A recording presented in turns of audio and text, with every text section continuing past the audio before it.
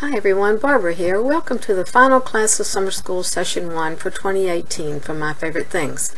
My class is on symmetry in card making, and I'll be using a concept called reflectional symmetry, also known as line or mirror symmetry. A design displays this symmetry if there is an imaginary line going through it, which divides it into two pieces that are mirror images of each other. I already have all the pieces gathered for the card, and first I'll just lay it out so you can see what I mean by mirror symmetry. I have striped paper on each side, 3 leaves centered at the top, and 2 sentiment elements centered below them. As you see, each side mirrors the other as far as layout and design. Now I'm going to show you how I made the card. I'm using Lisa Johnson Design Geometric Greenery stamp set and Die-namics for it, and then first I stamped the leaf 3 times on Ranger watercolor paper with extreme black hybrid ink and cut them all out with the coordinating Die-namics. Then I colored them with Peerless watercolors and a water brush. This was done in several steps, which takes a little time but gives you a nice distressed look when it's done.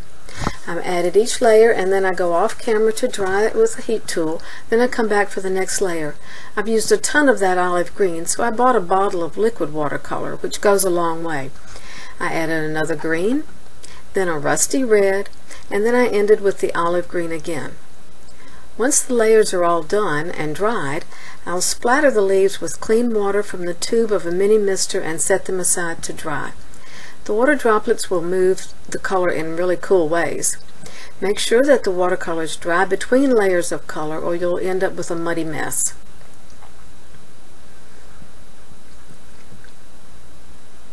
I hope you can see the droplets. Now I'm going to assemble the card. I've already done the sentiment to save time. It was cut from gold shine cardstock and 2 layers of sweet tooth cardstock and adhered together for strength and dimension.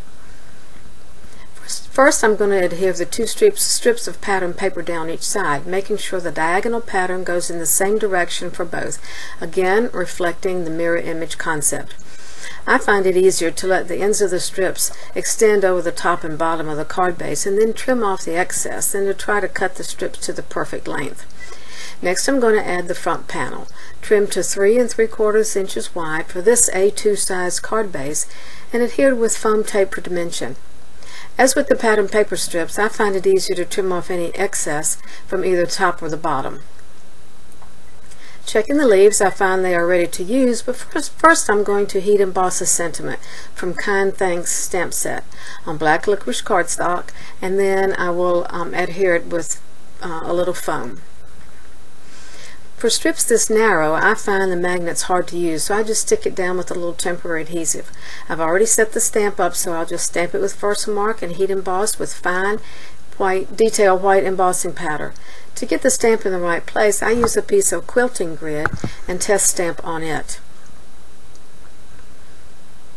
Now all the pieces are done and it's time to put it all together. The sentiment strip and the leaves are popped up on it on foam and adhered with bits of foam tape, and the die cut sentiment will be adhered directly to the card front, centering each element right to left to preserve symmetry. As you can see, each side is still a mirror image of the other as far as pattern and layout is concerned. I use the grid paper to help me line it up, and I also will bring a ruler to help me get everything lined up perfectly. I find that if I eyeball, it doesn't always end up straight.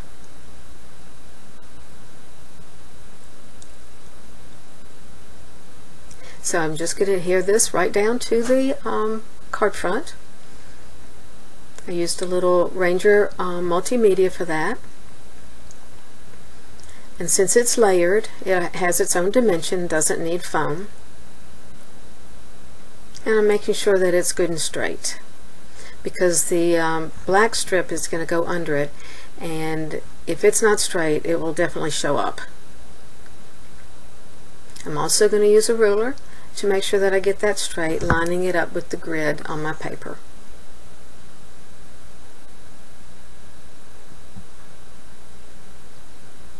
Once that's in place, it's pretty much done.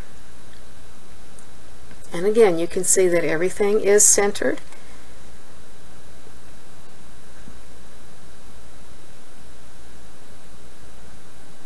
And I make sure that I measure it to make sure it's even.